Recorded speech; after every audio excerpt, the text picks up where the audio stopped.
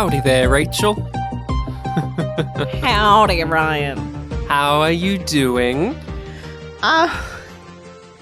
It's a turbulent time in our world, in our universe, and Ever since those rocks fell down, nothing's been the same. no, Everything has changed. The status is no longer quo. The system changed forever. I'm sure that's what you're really thinking about, but I know you're thinking about the fact that the thing that's changed the most is that Bobby had a plot for once. Is that what's really making you struggle in life right now? That we actually encountered a Bobby plot? honestly, no, that's not even up there right now. But we'll get into it. We'll get to Bobby. She will have our attention and her time to shine.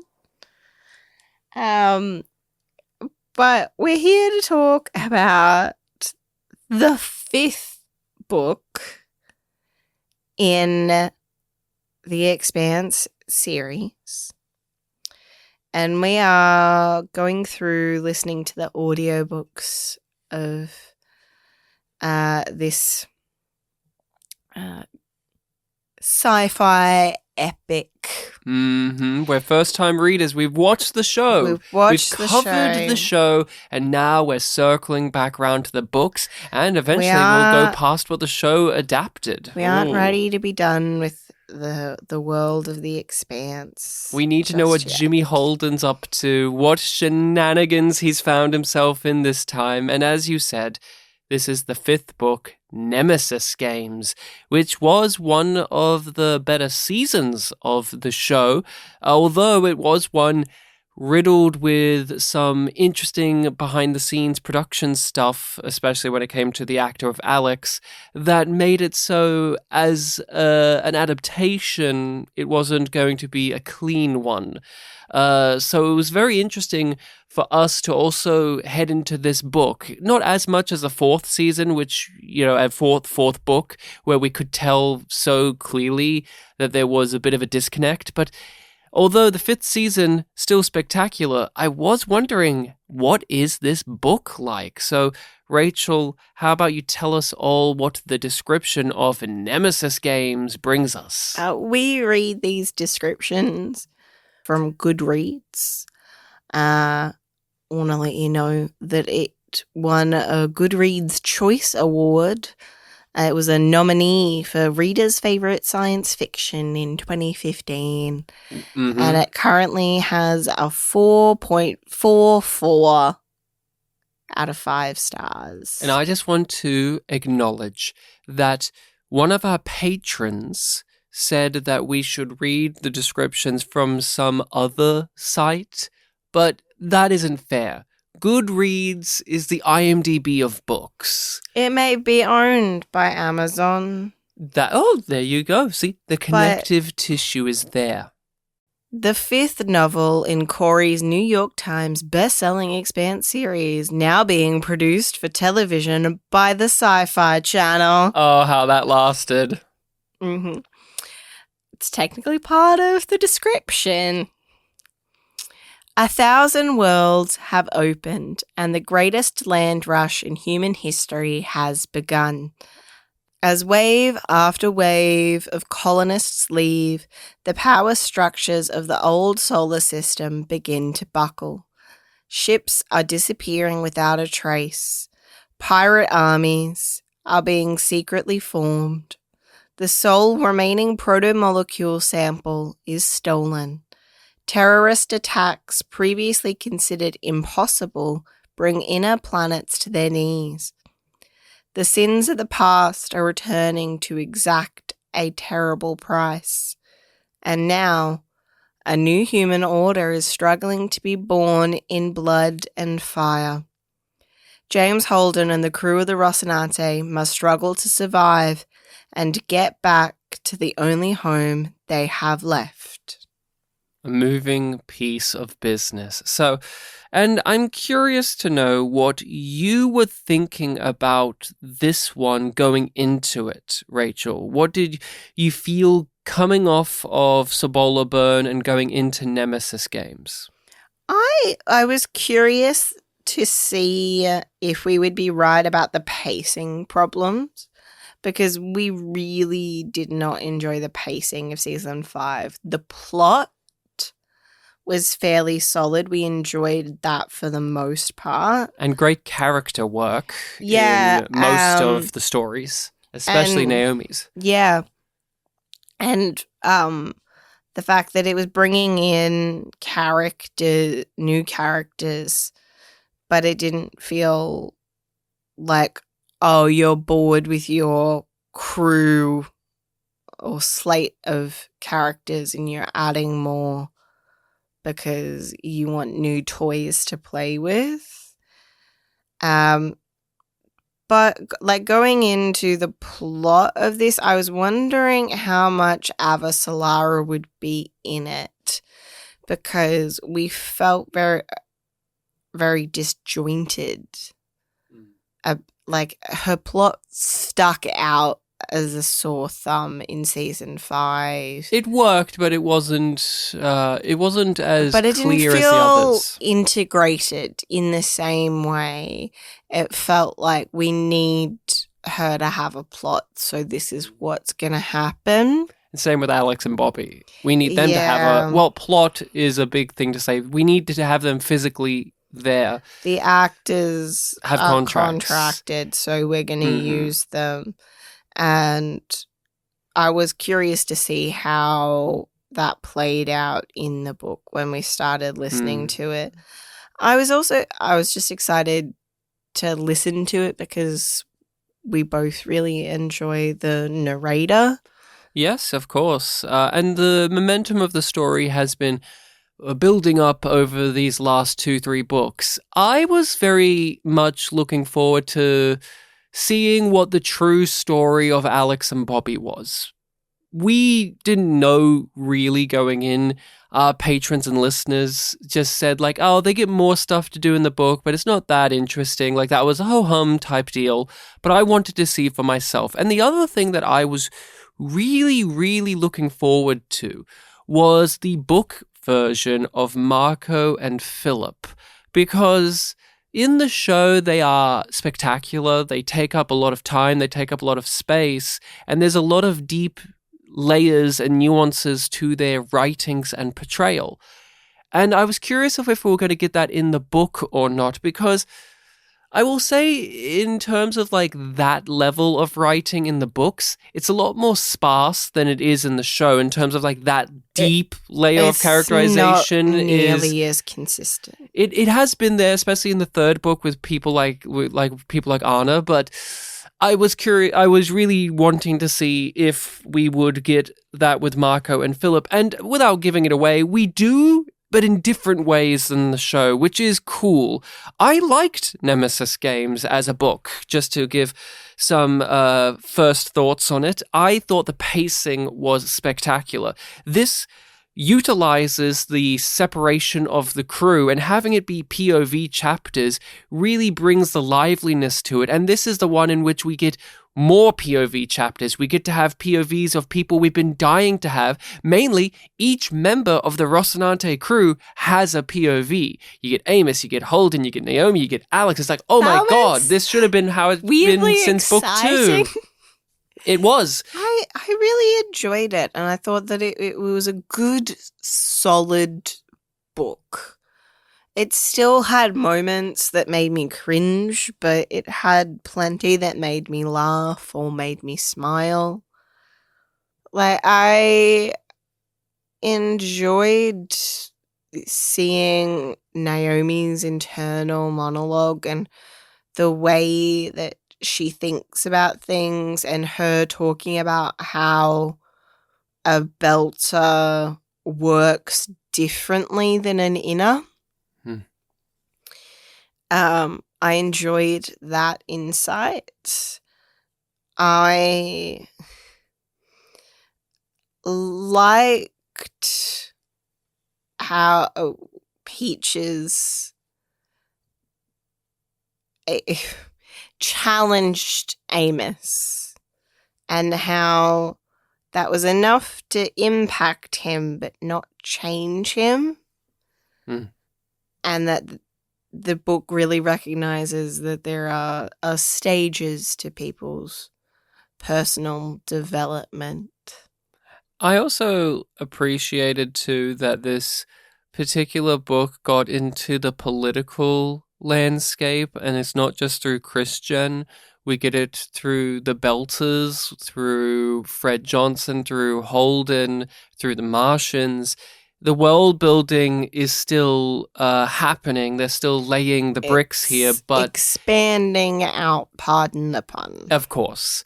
But let's just get into the heart of the matter, because when we think of that 5th season, and honestly, when you think of this 5th book, Naomi and the things that she goes through are the thing that is the draw. It is the Naomi story. It is the really, knowing of who she is and what she stands for and what she's willing to go through. What she knows is so powerful throughout the whole of the book.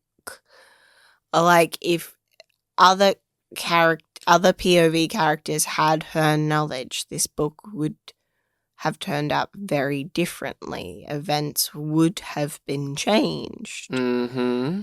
And I find her relationship with Philip interesting because it conveys how uncomfortable their relationship is for both of them. And unknown. It is completely foreign. They are... They're strangers to one another. And it's not just that they're estranged either. Like, there's a lot that goes into the description and the wording of things when it comes to their scenes, and the way that we get to see how Naomi is thinking about what she says.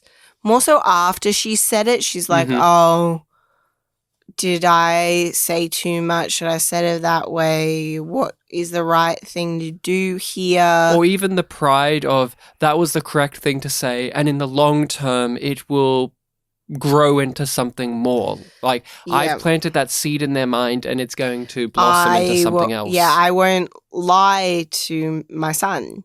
But I also have to be careful to not endanger myself further, because then that risks other people's lives. Like, I really was fascinated with the way that they deal with and present her suicidal ideation, both her looking back and her in the present.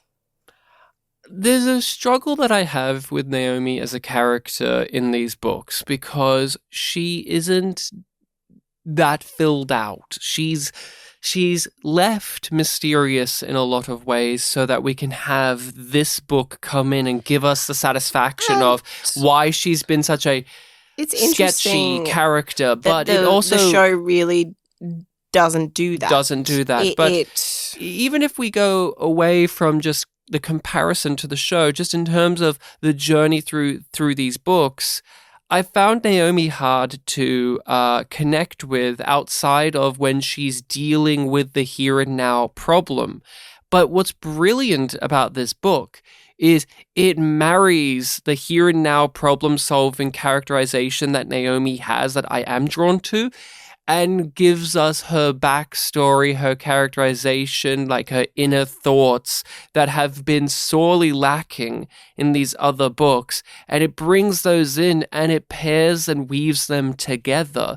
It's inseparable. I really enjoyed it for that reason. Now, I don't know if that alleviates or excuses her characterization or writing in the other books, but there is something about how she just disappears. And Holden is so accustomed in their relationship knowing so little about his own partner that her doing this is, although painful for him, it's a part of their relationship. And that was something, cool to me, was just she's not forthcoming with anyone, including herself. And that's what her POV did the best. An amazing way to put it. It feels good to have more to her, but it is still somewhat frustrating because she's getting more to do because of her connection to Marco. It's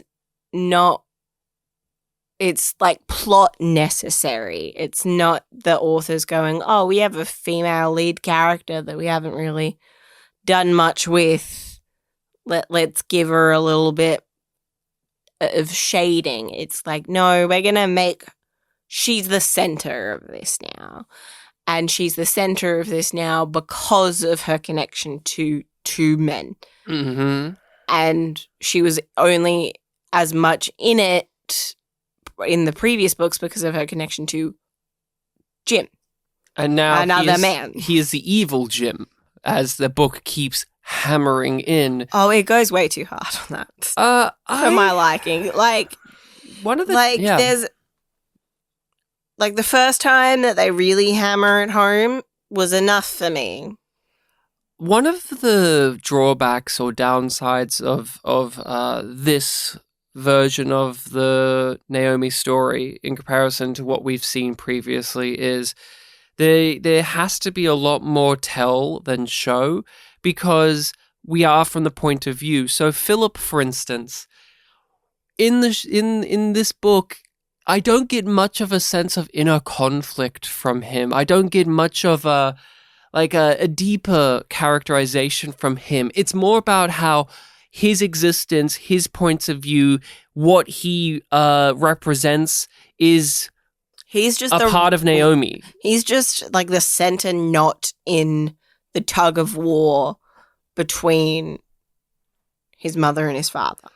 And Naomi is so much the narrator of her story that we don't, as readers, I don't really get any sense of who Philip is as a person. And no, I understand why, but it does make it feel a little bit, I don't know, a little bit lacking when Naomi is so stressed about this, to me, non-entity character other than he exists as her son. Like, he's important because he is her son, but like, who is Philip? I don't know. I really don't have too much to go on other than like, he's like his father right now, and isn't that sad? And yeah, like, it's hard to say because like, it's hard not to compare to the show, because Philip was one of the most fascinating characters in the show, and in the book, he's like one of the least fascinating parts of the book. It's like, oh yeah, Naomi it's more about like, how does his existence complicate things for our relationships? Like, how will Jim react to this? What does this mean about Naomi? But like, not much about like Philip himself. It's just like what he as a piece on the board means to the narrative game at play. Yeah, I agree with that. And it's sort of, her relationship with Marco feels similar to that as well. It's just like, what does this mean for other things? Yeah. Not what does this mean on its own, but it gets more than Philip does. I liked the Marco stuff a lot. I liked it because every time I thought it was going to zig, it would zag. Because he is still a messy, hard to grasp character, but you know what he is. But also, he just is unpredictable. I really liked the Marco-Naomi dynamic. one thing I just want to point out straight away was Naomi got captured in this book in a way where it didn't make her look like a fucking idiot. No, it didn't.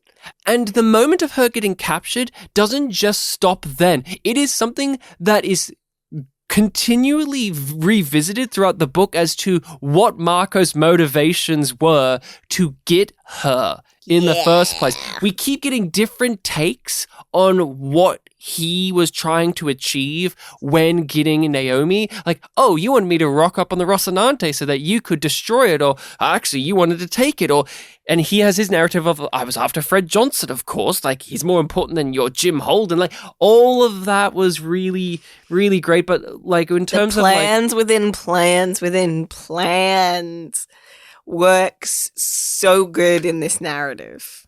Marco, especially when you are drawing the line between him and Naomi, he feels much more ruthless and as a tactician to me than just a toxic ex. Yeah. Yeah, like him being the most dangerous person in the galaxy is felt in a very specific way because of the way that he presents himself and the way that we see him described and the way that other characters also talk about him. Like his power over people and the manipulation comes on much stronger than the charisma. Mm-hmm. He doesn't need to be as charismatic because he gets shit done. He gets shit done, and he's not trying to win over Naomi because he knows that he can't. So he's not spending any energy doing that. And he already has everybody else on board. So we don't see why people would follow him. We see why people would agree with him. He has this faux ideology that he parades around that has a lot of points. Holden even says that later. But the masterful touch here is Naomi knows how to push Marco's buttons because deep down he still does want her. He still does care about her. He still does want to domineer over her and show her that she's lesser than because she got away, because she left. But it's not as pronounced in his character. No. It's something that she brings out within him, and I get the real sense that he himself doesn't even realize that's inside of him. Like, he does all of this because, like, in his tactician, soldier, like, mastermind brain, I get Naomi to do this, he's not reflective enough. Yeah, exactly. But he's not dumb either. Like, he is conniving and cunning. He knows that she's a weak point for him as well. I thought that his stance about why the belt needs to rise up and not allow the travel to all of these foreign worlds was brilliant. I like it, especially because the fourth book feels like a bit of a backstep on what we thought of the belters before. It's like, oh, well, aren't many of them incapable of going to a gravity well? And then the fifth book is just a whole dialogue about that. It's just a character or series of characters saying, it's unfair. And what this will do will erase a whole group of people over generations. We are going to be left behind. We are going to be fucked if this happens. And we need to come Mars is the same. And Mars, Mars is doing their version of this, but Marco has this brilliant, like, I really like the sci-fi touch of just like, he, as often as possible, isn't using gravity because he's floating around and just to make his point, and the bringing in the physical things of the belters as a justification, as well as all of these socioeconomic things, like, oh, it will bring ruin to our trades and our specialties and this and that. And like these places will shut down and these, but he also brings in like, and physically we're incapable. Like most of us won't be able to do it. And over time, we'll just wither away and die. And do you want that, fellow Belter, to be your future, your children's want your futures? culture to die out. Yeah. And your lineage to die out. Because it's like, the way they present it too is it's just like, yeah, a certain percentage of us will be able to, but will the ones who don't, children's, be able to? Probably not. Like, it's fucked. Like, it is truly fucked up shit. And it's a classic thing, right? What makes a good antagonist, a good villain, is one that has a point.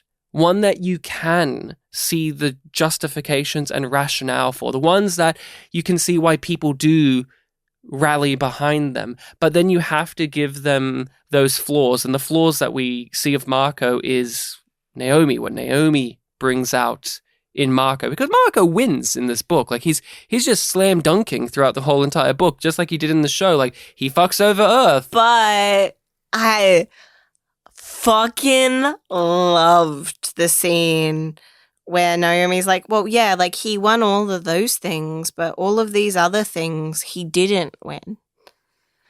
But you don't, because he nests his plans. And I love the way that they really hammer that in throughout the book. But her conversation, I think it was with like Avasala and Jim and everybody at the end, I was just like, well, no, you didn't get this, you didn't get that, you didn't get this. Like, yeah, he got all of those things, but he didn't get everything that he wanted. No, but he is a man that has 15 plans on the go, and if 2 of them succeed, then the others that failed were actually ways of making those ones succeed. He is a piece of shit. I loved him in the book. I love him in the show. I couldn't help but visualize the guy that they got in the show. Like, Abso-fucking-lately. They don't describe him that much, like, physically speaking in the book. No. But I just couldn't help but hear that accent, that voice. Like, he just,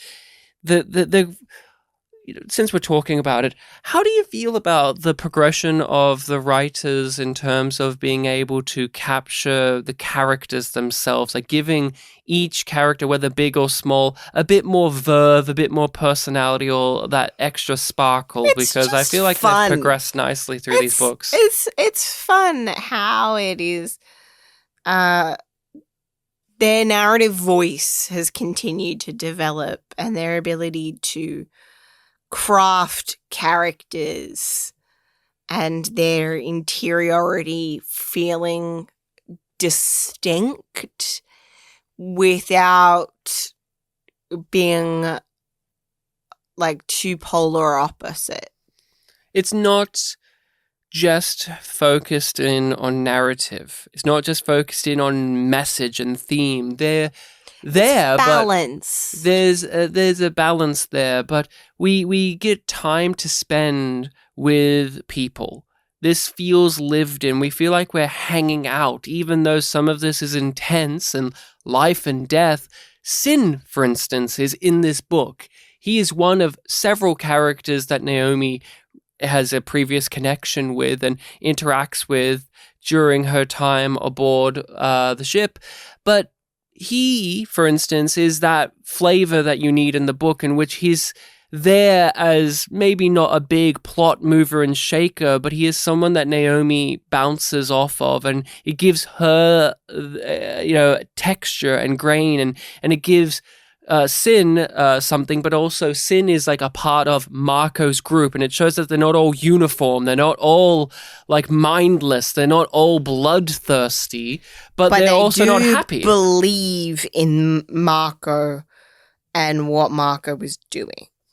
But it's not harmonious, but it's not disharmonious either. No, it does in that way kind of feel like an army or a navy, I should say.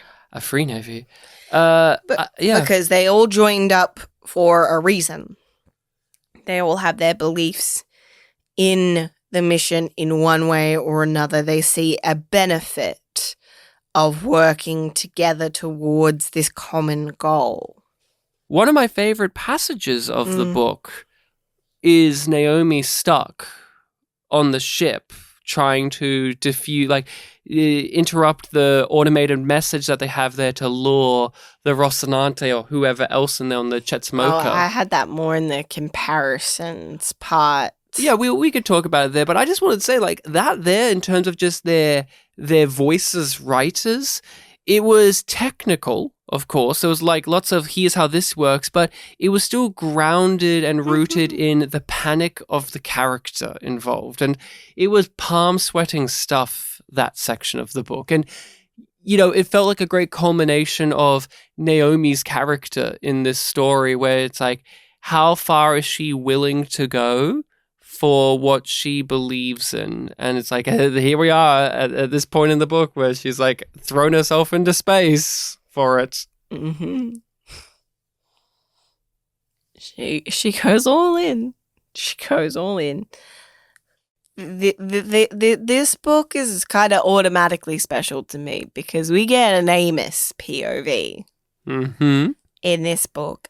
And it was a little weird for me because, like, there were certain scenes that weren't in this book that I remember from the show. So I am assuming that they're from the churn and they got added in to this season because they make sense here. But it was really interesting to see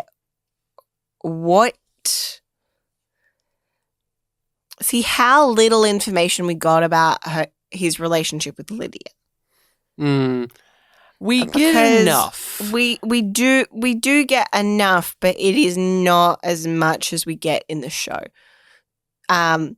So it's just like, it's somebody that he loved, somebody that tried to help him, but was a part of the system that allowed him to have the experiences that he did and even exist at all, right? Because we go into this book knowing that he was the child of a prostitute. He was a child sex slave. Yeah. We know this from the second book. And he says it with a real sense of, you know, just nonchalance, which is the voice of his chapters. Yeah, like, that's tonally consistent. We know that Amos is a psychopath. We know Amos has a detachment from people and emotions. He is very much someone who struggles to understand other people.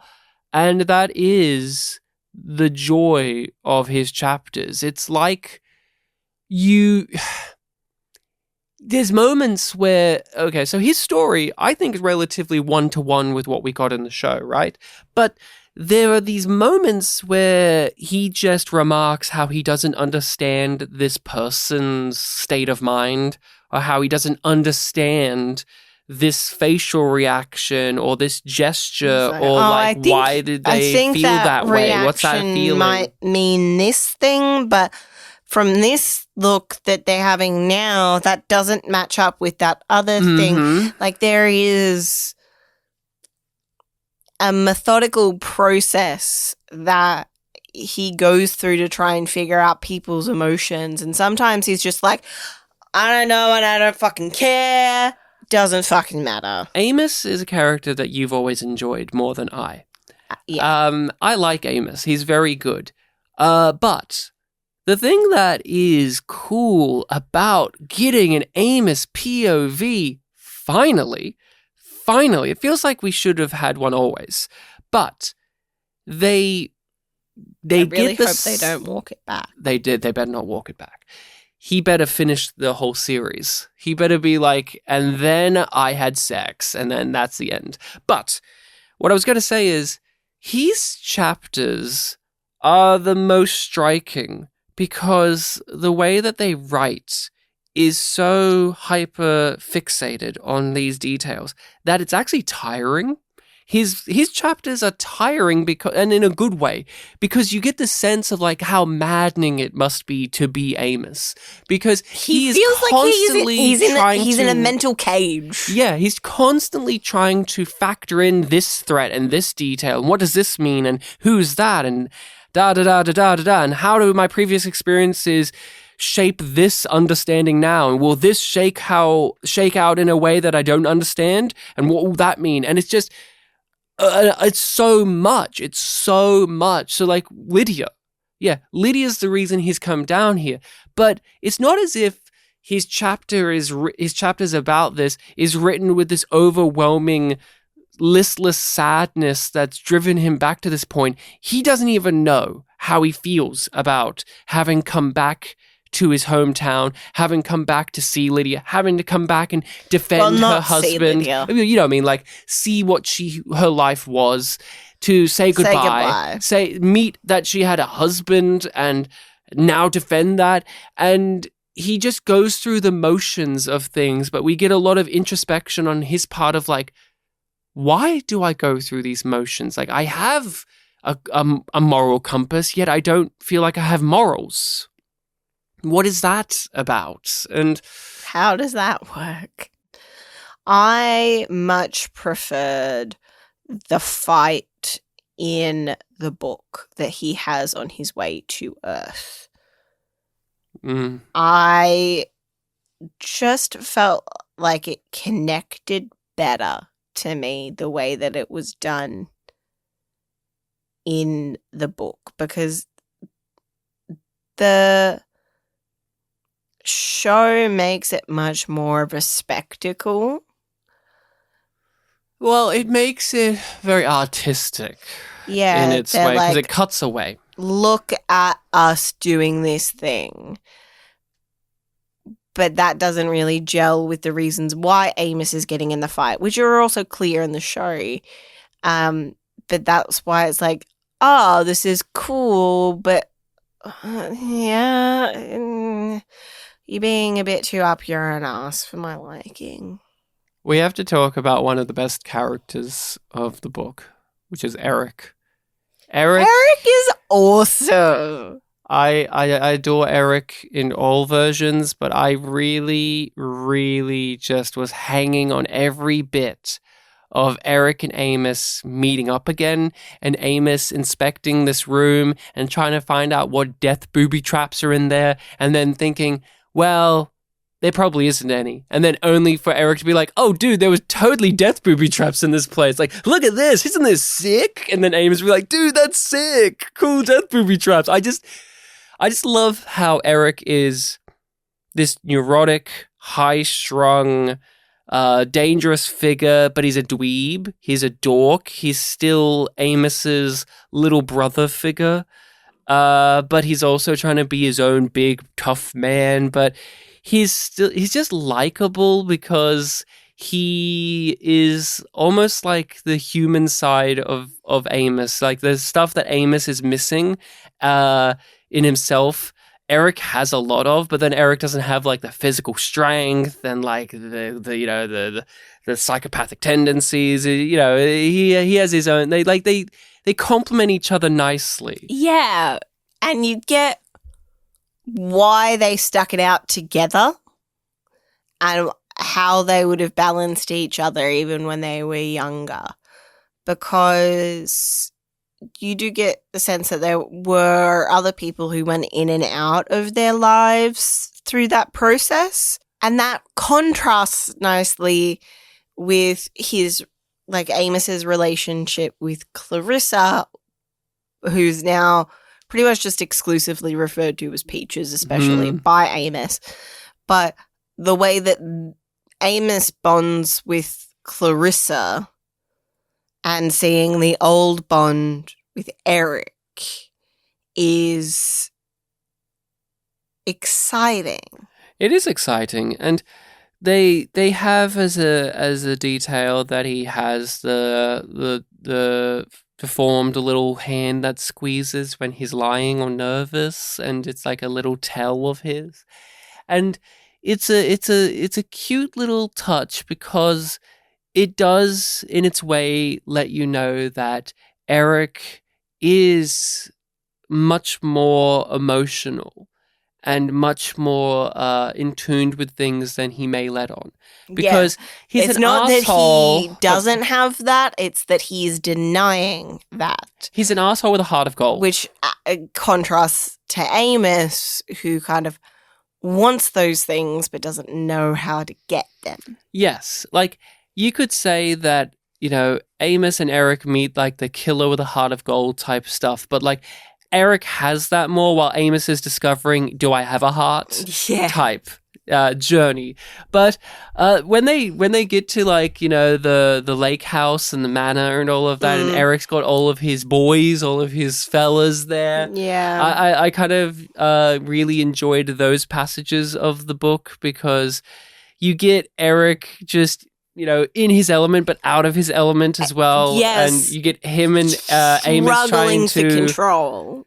Yeah, him and Amos trying to co-lead this thing, and then you've got Peaches, who's a fucking wild card that they don't know how to, like, comprehend, but they also appreciate her insights. And then, yeah, we come back, we get Clarissa Mao. She's here. We knew that she was going to come back because of the show, but something I just wanted to say before we get fully into her is a lot of, not all, but a lot of the Avasarala stuff we get because of Amos, because he's interacting with her, because he wants to go see Peaches, he wants to go to Earth, she wants to know why he's doing these things, and we get more interactions between those two in this book than we did in the show, and I mean that's a win for me. Like, you love them together, and so do I.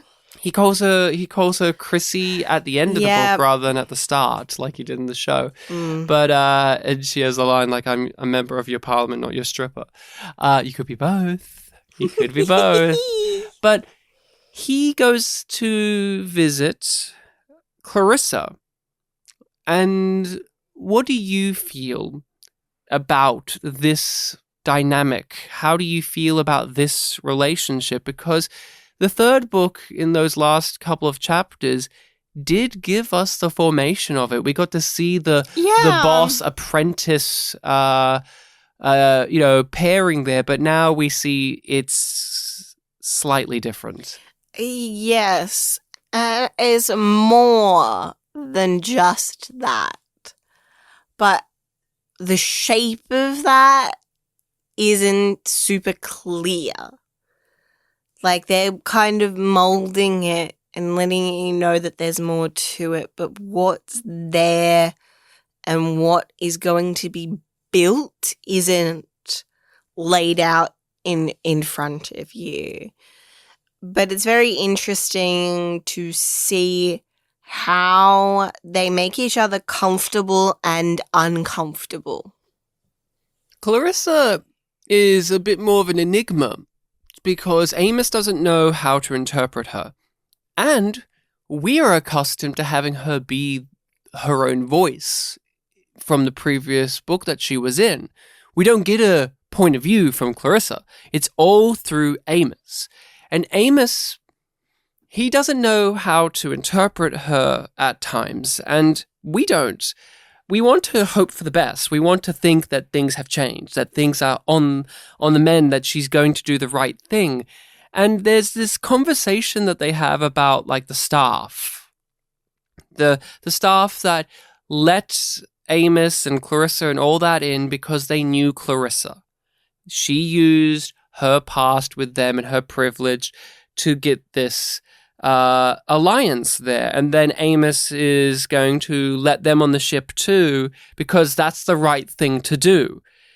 And I like how there's this conversation back and forth about what is the right thing to do. What does that mean? Because we only had this friendship with these people because I leveraged them. I had a connection with them. If we didn't, would we have killed them? Would they have killed us? What do we feel about that as people? Like, you want to be good, right? I want to be good too, but deep down we know that if things hadn't lucked out the way they did, we probably would have done bad things. And I really, Clarissa Mao Peaches is one of my favorite things about The Expanse. Because she's morally complicated. She's done reprehensible things. She's been a villain. She's very unique to the world of The Expanse as well. Like, it's not like you couldn't have rich bitch turned murderer, right? And then turned, looking for salvation and redemption. Redemption arc. But the way that it plays out and the way that Clarissa feel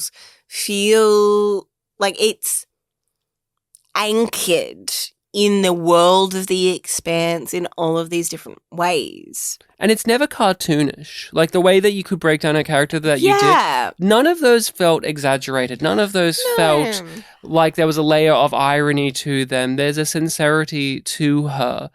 I don't feel so much a romantic connection between Amos and Clarissa in the books, more of a mentor-mentee relationship. Yeah, like that division feels clearer in the books. We also, because Amos is our point of view on Earth, we get to have very detailed descriptions of how fucked Earth is from being bombarded.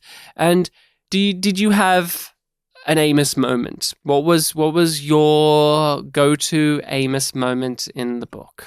I enjoyed hearing him be like, "Oh, we're gonna have to kill that guy," like the guy with the mods. It's like we're gonna have to kill him. Like it's just a matter of time. He's useful right now, but he's dangerous.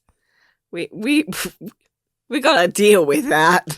I liked his whole reaction to it possibly not going down well with Holden, that Clarissa's going to join the crew. That was good.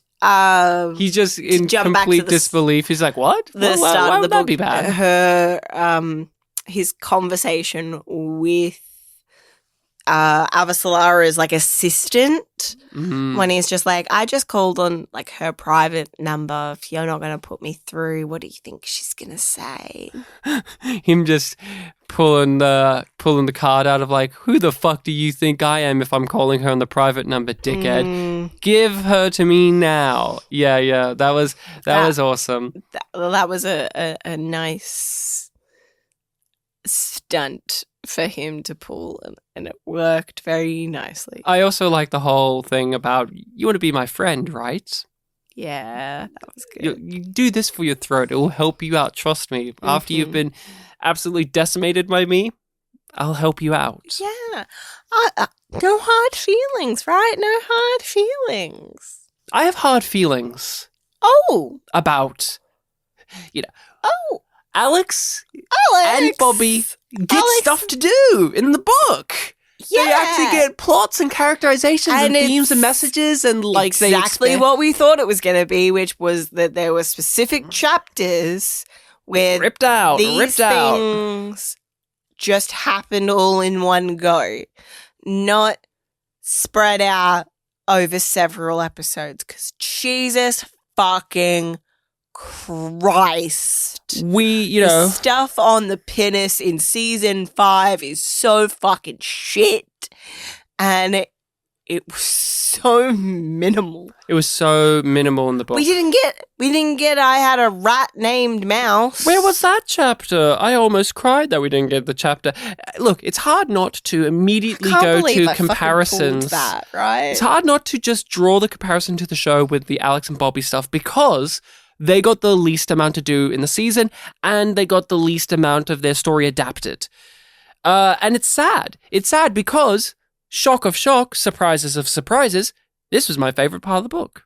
I loved every single chapter from Alex. They were fun, delightful, insightful. They got me thinking about things. It's the most from any of it, from the previous books or the show, that we get into the whole worldview and ideology of Mars. We had a whole season of Bobby on Mars, and I feel like I learned less in that than I did in this book with Alex. With the simple relationship of Alex and Bobby are friends. They're both Martians. They're both patriots. But they disagree on what it means to be a Martian and what it means to be a patriot and what it means to be a friend. What it means to be a family. Mm-hmm. But that does not diminish their connection. It does not mean that they, you opposed me like this and I opposed you like that. Yeah. There was no moment where she yelled at him and told him to grow the fuck up because he's a stupid man baby. Like, there's no bullshit drama between them. There was still conflict. There was still conflict. There was still something of a friction between them, but it was still rooted and grounded and just a part of their friendship, a part of their identity as Martians, a part of their identity as soldiers. They have respect for one another. Without just saying like the show didn't do this, I just want to say like what is, the standout about this book that comes from the Alex and Bobby stuff is the humor. It's funny.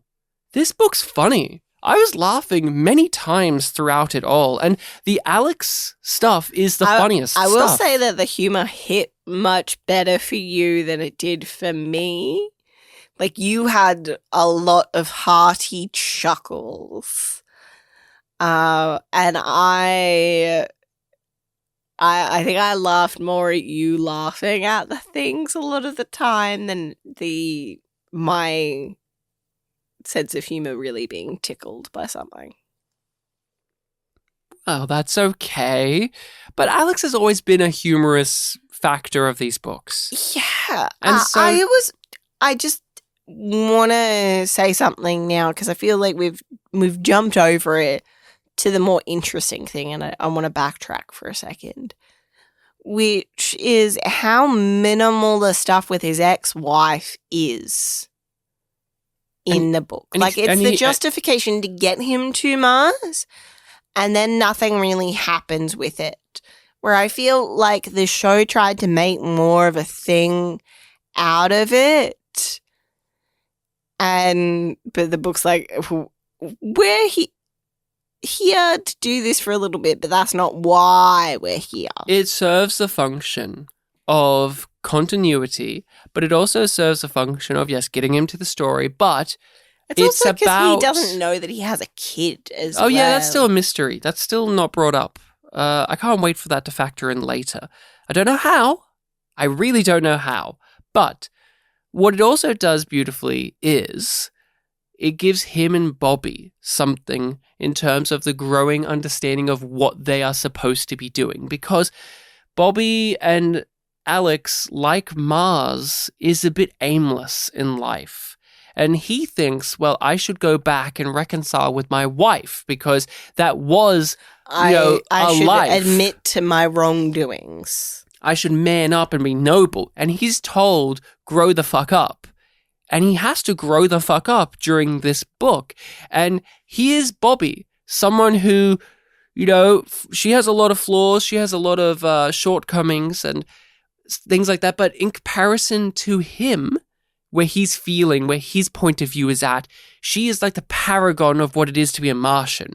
She has her shit together. She has a job. She has a purpose. She is a hero. She is a legend.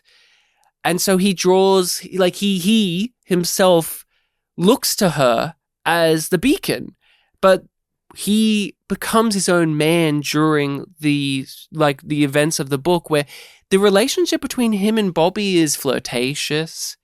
It's a bit romantic. It's playful. It's platonic, though. Like, it's very much that. Like, there's this moment that I really liked where he was talking about... This isn't going anywhere, but we're having fun with each other in this way. And there's no tragedy about it not potentially going anywhere, yeah. They're playing with each other. And we've complained about the horniness of the books before, but the horniness around Alex and Bobby feels very different. Because it's not childish. It feels adult. Hot woman.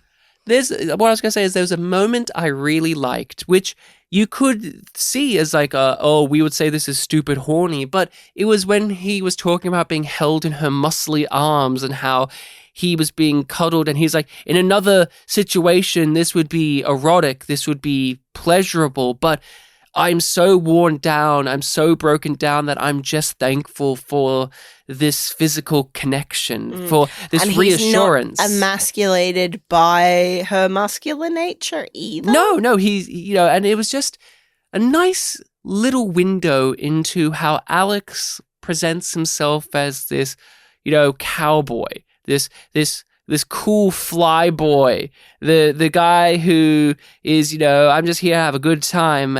But he has deeper thoughts about the world. He has things like, we always comment on this in these books, but, Holden, he's very uncharitable to people, like the way he reads other people. And it's like, is that on purpose from the writers?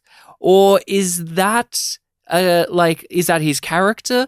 Or is the writers trying to get us to believe things that these characters say about others? And I think with just Alex's point of view in particular, I think it is a case of like, no, I think with Holden, he is uncharitable to other people, because we see Alex, he has very charitable readings on other characters to a dire degree at times, but for the most part, like every single time he was talking to someone, I had a smile on my face because it was nice to spend time with someone who's conversing in a very friendly way. It's like, oh, Alex is having a good time. I enjoyed his little bit of espionage as well. Like, but because it felt like it was in service of something specific. There's the hints of a bigger plot at play with these ships disappearing and these things happening and these sketchy, shady, nefarious admirals and majors and all of that in Mars. But he's a believer of Mars, so he's a dum-dum and it's like, oh, surely things are fine, right? Yeah, and I find it just hilarious in the best sort of way that it's him and Bobby that saved the Prime Minister. Yeah, Prime Minister of Mars. Who exists, by the way. That's a character. Someone who, has a story and matters and deepens the political landscape of the Expanse. Complicates the rescue mission for Naomi. And makes it clear that Marco's scale of his plan is actually larger than himself. Like, the Martian... And not just about Mars. The Martian aspect of it is what tips off other characters that Marco isn't working alone on this, that he is being puppeted by some bigger organization, some smarter, more like He's unified drawing group. On resources. Yeah. It's specifically the Martian aspect, like other things, but the Martian part of it is there. And I remember in the show, they just offhandedly said, oh yeah, and then the Martian parliament blew up, whatever, blah, blah, blah. And it's like, wait, what? What? Wait, what? Why are we not there? Why don't we get to see that? Why is that happening just over there? What did you, but other than just saying, why didn't that happen? We got a lot of time in some storage lockers with Bobby. But we do get stuff. And I just want to know what you thought, really, and like what you got out of Alex and Bobby starting off as their little espionage thing, but then they are thrown like hip deep into the world of like galactic politics. Like they have to be understanding of like, oh, this is how the political machine works. I like it. Because they don't make the same mistakes that Holden did, but damn do they make some mistakes. And it feels like authentic to them and the lessons that they've both learned from Jim's mistakes. And seeing them go through that makes Jim's stuff with Fred more interesting as well. And Alex and Bobby are smart. They are capable. They are, but they're out of their depth. They're out of their depth. And there is a trick to writing characters being like a step behind or being dumb or being dumbfounded without making them, in all caps, dumb. There is no moment where it's like, oh, Bobby, you clearly should have known that. Or Alex, come on, buddy, you clearly should have known that. There's dramatic irony that we are picking up on things because we've got more information than the characters, but I don't fault them at all. One of my favorite bits of the book was about how Bobby and Alex disagree about saving Naomi. That was, they have their orders. We have orders. I'm a marshal. We've got to take the Martian Prime Minister back here to Luna to do this thing. And it's our obligation. The war of responsibilities, your allegiances, your loyalties, your obligation. Who do you draw to? And I that was one of my favorite bits of the book because for me it's bread and butter of having two characters who are friends, who are always working towards the same thing, and yet they're in conflict with one another, but they both want to do the right thing. Yeah. And you have not been a Bobby fan in the books or in the show, but what did you feel about Bobby Draper through this? I'm not more or less endeared to her after this book. I just feel the same. Well, do they do more with her or not? Like, you'll feel the same with her, but I don't know. I feel like there was more to her, yet she's not a POV character. Yeah, there's more to her. She's fleshed out a little bit more and in different ways, but not to the extent that I felt like Clarissa was. So, because they're kind of in the same boat in some ways. I was like, okay, I am somewhat interested in the information that you can give me. She was a practical character for me. Even though she has more to do, she was just at that base level for me. I didn't get more attached or more interested in her as an individual in this book. I did, because Alex is so fond of her. And he is so thrilled about her. And I like Bobby more because of the way that she is with Alex. And she has a dynamic. But that's her relationship with Alex, which I see is different than my feelings about her as a character. Yeah, but it's hard to not feel that way in this book for me because she is through the lens of Alex. Like, her character is being defined by someone who is a fan of her. While, when she was her own POV character, we had all of these inner thoughts of hers that I would say, what the fuck was that? There's no moments where Alex looks at her and then thinks, I bet she could fuck any guy she wants. While in her own chapters, she was like, I could fuck any guy I want. And it's like, you're on a stakeout right now. It's so... None of that is present, even though Alex has an affection for her. Way less of characters thinking with their genitals. That brings us to Holden. Actually, because he does think with his penis a lot during this. He does. Fucking nuts. Fucking wild that there's this moment where he's looking at the devastation of Earth. He's thinking about my family, but then he just goes, my family on the Rocinante is separated. I mean, Naomi's gone and I haven't had, the pleasure of, making love. And I was like, shut the fuck up, Holden. You despise that moment I so fucking much. lost my mind that he's looking on the news at Earth's devastation and he's just like, I haven't had the chance to fuck a lady, my girlfriend. I get it. You love Naomi. And don't get me wrong. Sex is important in relationships. I understand. And I know that this is sweetness, but it's just Holden's such a fucking dumbass. I kind of see what they were trying to do, but it just makes me dislike Holden in that moment, which I hope is what they were going for. And Holden is horny without being horny in the way that they were in the other books. In the other books, he would say heinous horny shit. Oh, Polynesian bunnies jumping and, oh, Bobby, oh.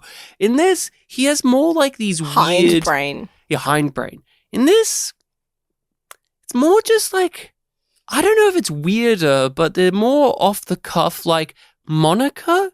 He keeps commenting about, everyone's gotten old and ugly, but Monica, she looks great. Like, she's actually got hotter. And it's like, oh, okay. Like, Fred Johnson's really old and grey and fat and so look at this drummer lady. Oh, she's so stiff and uptight, no facial expressions. And then Monica. Oh, gee whiz, out of everyone here, she's actually gotten finer with age. It's like, what the fuck? And then later on, he'll be like, Monica showed a little bit of aggression towards me. I like that. It's like, okay, buddy. Like, what? What's going on with you? Are you doing okay, Holden? Rachel, are you doing okay with Holden as a character? Because I feel like I'm just saying like bad things about him, but I don't hate him in these books. No, it's more just like, Holden. He's a dickhead, but I like him. You do like him? Well, I don't dislike him. Like, he still gets a yum. Wow, a full yum. I mean, what is Holden getting up to in this book? He is stuck on Tycho while the Rocinante is getting like a full refit. So he's dealing with Marco's plans around Tycho and the stealing of the proto-molecule. But it's weird because that stuff's important and significant, but I don't have a lot to say about it. Monica gets kidnapped. The she almost dies. They manage to save her. I did manage to still feel tense, even though I knew that in the show Monica was fine in the end. There's a mole. There's a traitor. That felt more genuine and more interesting in the book. Yes, it did. Like that's I can't think of how to explain it other than it works better and it's more interesting and it feels like more of a genuine threat. In the show, it was way too clear who it was going to be and why they were doing it. They had a red herring with Bull, remember? Where they were like, it's this new character, Bull, and he's a prick. Holden gets stuff to do. And instead of, like, he gets stuff. Like, he is the guy who pushed a button because it was there to push. It's like, that's how you live your life, isn't it? I had so much fun with that conversation with Fred, though. Fred is so pissed off with Holden in this book. Like, oh my god. He should be. Oh man, you were already... it was already bad enough it was so bad enough when you were doing your Boy Scout routine. Now you're going to do your Maverick routine? Fuck off, you little pissant. And Holden is there. He has more plot stuff to do. Like, he's investigating the missing ships. He's investigating, like, the weird happenings with the ring and how that connects to the ships. Like, he's looking into the Marco situation. Like, he's doing stuff. But I'm not interested in that stuff. The part that I really enjoyed, and I will, like, think back on when I think back on this book, when around Jim, right, is the fact that he doesn't know how to be lonely because he's never been alone. He has his background with his polycule family. He's been in the Navy. Even when he was trying to be lonely on... the Cant. He was a ladies' man, and he was always pairing and coupling and getting with people. Like, he doesn't know how. So, I wish I could say all of that more passionately, but to me, that was just a footnote in his journey in the book. To me, Holden served as the guy that's checking in on the big background universe lore stuff that the show wants to do, and the thematic stuff that the series of books are doing. He misses his family while that's also happening. Yeah, like, there are those touching moments where he's thinking about how much he misses Alex, and he's got this new crew on his ship, and he's getting used to them, and like, it feels wrong, and then it feels right by the end. I really enjoyed the conversation that he has with Naomi at the start about we need more crew. And then when he gets it... We do. And he's resentful of the truth of that. And then when he's dealing with a new crew, he has trouble and then he just deals with it.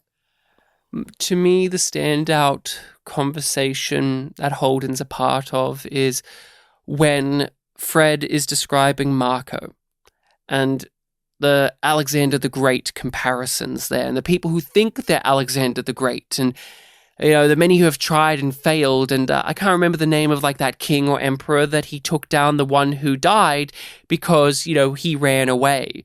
And Fred Johnson's not going to do that. He's not going to run away. And Holden, you're not going to run away. It's like, well, he could have still died if he stayed. We don't know. There's more to an empire than the emperor himself. Yes. Like, that there is so good. And Holden, he is very adept in the books at getting into those conversations. Like, look, as much as I say, like, Holden is the weakest part of the book for me, like, I don't get much out of him, but I cannot lie. Those conversations with Fred, just about ideologies, about the war, about Marco, about what it is to be a man, to be lonely, your job, your role, I could just listen to those for ages. Like, they're good conversations. They're just really good. It's just Holden himself as a character. He's just such a nothing to me. Like, my sister is currently going through these books, and my sister hates Holden way more. And I'm like trying to defend Holden, but every time I come up with a defense, it's like very thin because it only comes down to I dislike him a little less than you. Like, you know what I'm talking about? Like, why at this point is Holden still our main character? Because this book is giving it to everyone else, but he's still framed as like, he's the most important guy. He's the most important guy. He's Holden, after all. Yes, he still holds sway. He's still dangerous. He's the man that Marco pretends to be, as they say, right? Yeah. But, like, there's not a whole lot I want to say about him other than that. Like, I'm good to move on to the comparisons. What did you think about the Laconia stuff at the end? Like, the whole teasing out of, like, the Martian conspiracy throughout these books. Like, we get, what's his name? Duarte. Yeah. He's actually in the 5th book. Like, he's actually set up, and we actually get the whole, like, we don't get it fully explained, but we get enough of an understanding of, like, why Laconia exists. I kind of blocked that part out because I'm like, I don't want to deal with Laconia. But isn't that insane? Why wasn't that in the 5th season? We're talking about comparisons. Why wasn't any of this build up to Laconia properly in the 5th season? Like, we got the... I really don't know. They decided to do other things, and we don't agree with their priorities. Like, we got the admiral who gets gobbled up at the end of this book, and he kind of filled in Duarte's role in the season, but, like, they still had Duarte in the 6th season, so it's like, why didn't you have him just be in this 5th season, even in, like, 1 or 2 scenes, so that way we could have some connectivity here? Like, what? It's actually mind-boggling because the book ends and it wasn't just like oh, that's happening. I was like, oh, that's interesting. Like, they had these characters minorly in the past of this book, but they had them in a way where it wasn't so obvious like this was going to be as big of a deal. Like, we knew because we've seen the show, but I was watching, like, reading the book thinking about, like, okay, if you don't know the show and how this plays out, this is effective. It's like, these are helpful characters, but they're not filled in enough. And then when you reveal at the end, they're actually going to be a big deal, or at least what their legacy is going to be. It's like, neat. It's neat. We touched on it earlier. Is there anything more that we want to say about the differences between Alex and Bobby in the show and in the book? Alex dies. Obviously, because the actor's a predator and a creep. But his death, that style of death, isn't in this book either. Fred lives as well. He doesn't die in that attack. He lives. So those are big things to mention. Those are big things to mention because I was expecting a death of a character, like one of the two. Like, I knew Alex lived, so I was expecting Fred to die in this book, and then he doesn't. I was a bit perturbed by that. But Alex and Bobby, I guess it's just this thing of, outside of like the actor of Alex turned out to be not such a nice guy.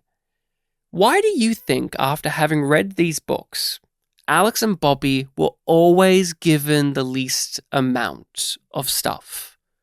When in the books, like in this 5th book, Alex is one of the central things, and Bobby was a central character in a previous book. Like, why do you think now, after what we've gone through, they were always the ones given less?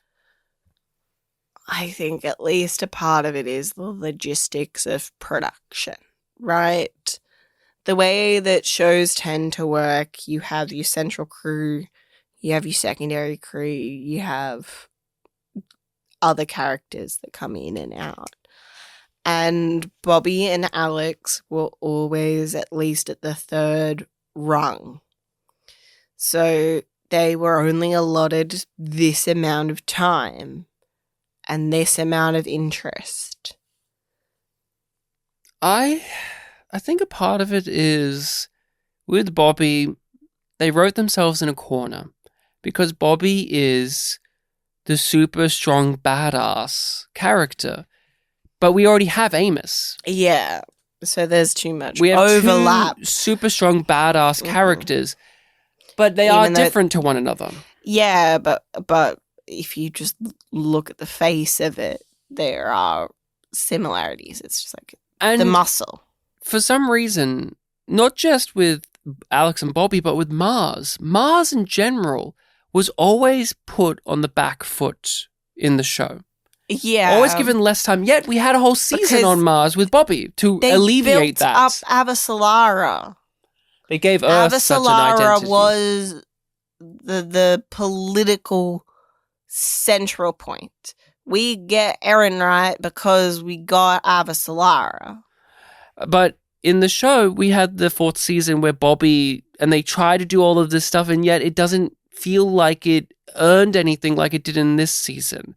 Like, I think a part of it is they tried to, and I get the reasoning, with Bobby, with Alex, they tried to keep them small scale, yet still part of a bigger story. Like, Bobby spends a whole season to find out that some terrorists are working with the Martian government. Whole season on that. That's cool and all, but then you contrast it to a book where it's like, she's actually talking to the Martian Prime Minister, and he doesn't understand that there's a coup happening. Like, that's big. He's not willing to admit it. That's even big. To himself. That's big. And Alex, we want to keep him down to earth, so like a big thing for him is admitting that he's a bad family man. But and then his thing is he can spin the ship real good. But if we have him like do huge things, like maybe it's also like, for the sake of an ensemble in a show, we have to make sure not every character is like meeting the most important person in the galaxy, and not every character is writing history right now. Like, not every character has to be the big mover and shaker hero, but in turn, it's like you have to at least give them some of those moments a bit more. And Alex and Bobby had them in the show, but it always felt like, yeah, like you said, like, we've got a whole bunch of characters, and Alex and Bobby are here. They can do stuff. Like, but it is actually insane that the 5th season gave them nothing, yet they were physically there in the story. We got a comment on Reddit, actually, on one of our old episodes, like out of the blue comment. It was a complaint saying, like, we just don't appreciate narrative structure because we didn't like the Bobby and Alex stuff in the 5th season. And I said to this person, like, hey, thanks for the comment. And we actually had a nice back and forth. Like, the person actually likes the podcast and went on to listen to more, but like they just had that reaction. And I said, like, from what I understand, and this was before we read the 5th book, they actually get stuff to do in the 5th book. And this person's like, oh, I didn't realize that. And it's like, that's the point. Like, Alex and Bobby are so, like, in the show accustomed to not getting anything that you actually, if you haven't read these books, you probably just assume, like, oh, yeah, Alex and Bobby are just never really characters. That's not true. Do you have anything more that you want to say about Fred not dying? I like it. I like Fred. I like Fred too. I wish he got to chew Holden out more in the show, like he does in this book. There's just so many great moments of just like him chewing Holden out. But the bits that we do get are like the cream of the crop. They are so good. So fucking good. We were right. The Chetzemoka was just one chapter. Yep. And it works much better in the book for me. The way that we get details and fixations, but it isn't glorified. It doesn't feel like torture porn. And they let us in on what Naomi is trying to achieve. They don't just not tell you, and then at the end it's like, ta-da. You get told what her thought process is and how she's trying to achieve it. And like the steps she has to counteract. You're along for the journey. Drummer exists in this book, and there's such a non-character that I can't believe that this is the character that they named the one in the show after. Like, I know that the one in the show is much more like Michio Pa, but do you think just Michio Pa is too silly of a name, and so they just went with, we'll just call her Drummer, because she's kind of also like Drummer in the fifth book, but Drummer's less silly of a name to say than Michio Pa. Yeah, Michio, a bit of bull, bit of drama. Yeah, she's absorbed out. Like, Drummer's such a non-entity that it was laughable. Yeah, that Holden like, suspected her of being crooked. It was so funny. Is the main part, I feel like, that gets translated over. What else is there in terms of adaptation? Marco. Oh, Marco. Do you like Marco more in the book or in the show? It's kind of like how I felt about the third book when it came to having Cortez as the central, like as an antagonistic force, or Ashford, where I like them both equally because they both offer a unique point of view for each given material. So like Marco in this book, I like him a lot. Like, I like his, like, ideology, his speechifying about to all the Belters, but how he's working underneath. I like that he's less of a man baby than in the show, but at the same time, God, every scene in the show, him being he's such a piss baby is funny. Here's what's missing in the book. The bit in which, and you can't capture this in a book like you can with that actor, but everyone, you know the scene I'm talking about. In the show where he is saying to Naomi, you're free to go anywhere you like. And she's like, well, let me go back on my ship. And he's like, well, oh, is that your ship? Oh, you gave it to Philip. Philip, didn't she give it to you? He's like, yeah, she did. And he's like, do you want to give your ship to Naomi? And Philip goes, no. And you just have this look on the actor's face of being like, you see what happened there? He just like, they bug eyed, like, you don't have that in the book. You don't have that in the book. That's one of the greatest moments of Marco in all of it, and that's just in the show, baby. I feel like he is more charismatic in the show. I feel different. Like, he's more mad in the show. He's more insane in the show. Oh, yes. Yeah. But, like, he feels more mad in the show, but more psychotic in the book. He's more dangerous in the book, but he's definitely psychotic. No way. He's a narcissist. Oh, whatever way you cut it. What other points do you want to bring up in terms of the comparisons? Big one. We actually get to see Holden have a reaction to Clarissa Mao joining the ship. Like, not just a joke, not just like a little joke. Like, look, I love that at the end of season 5. That joke is great. That's enough for me. But like in the actual like thing, we get more than we did when we start up season 6. Like, it takes a little while in season 6 to actually get what we get in this book. Like, Holden is rightfully upset. Alex is also a little bit like skeeved out. Like, I don't know about this.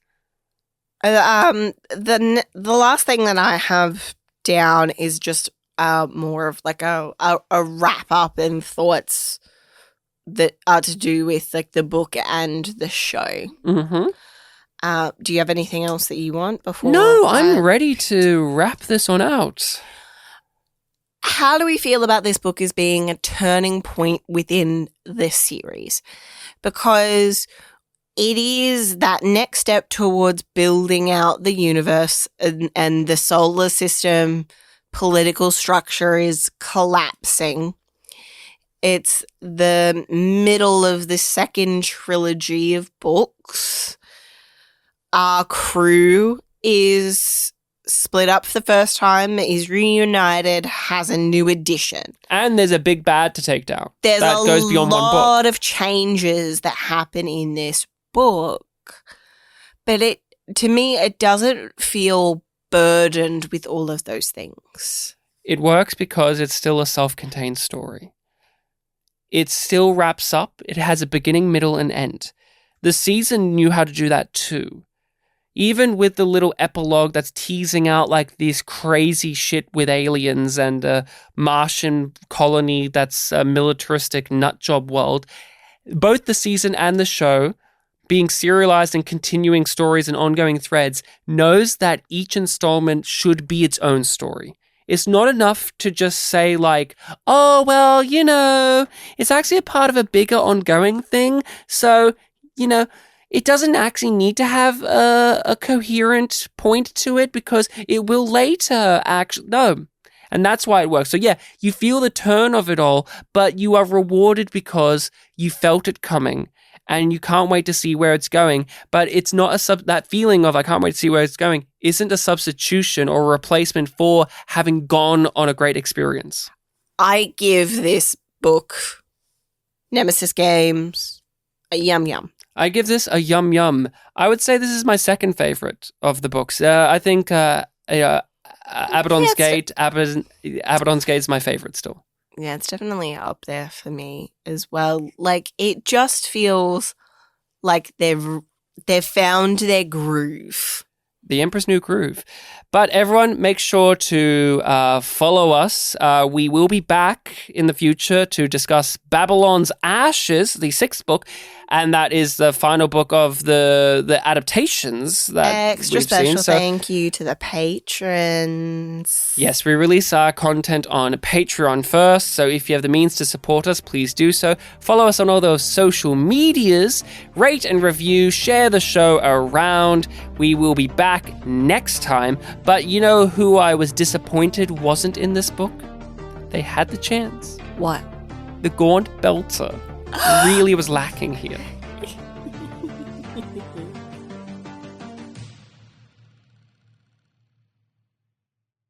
The reckless tough guy version of you was almost as tiring as the relentless Boy Scout was. I'm hoping your pendulum swings hit middle sometime soon.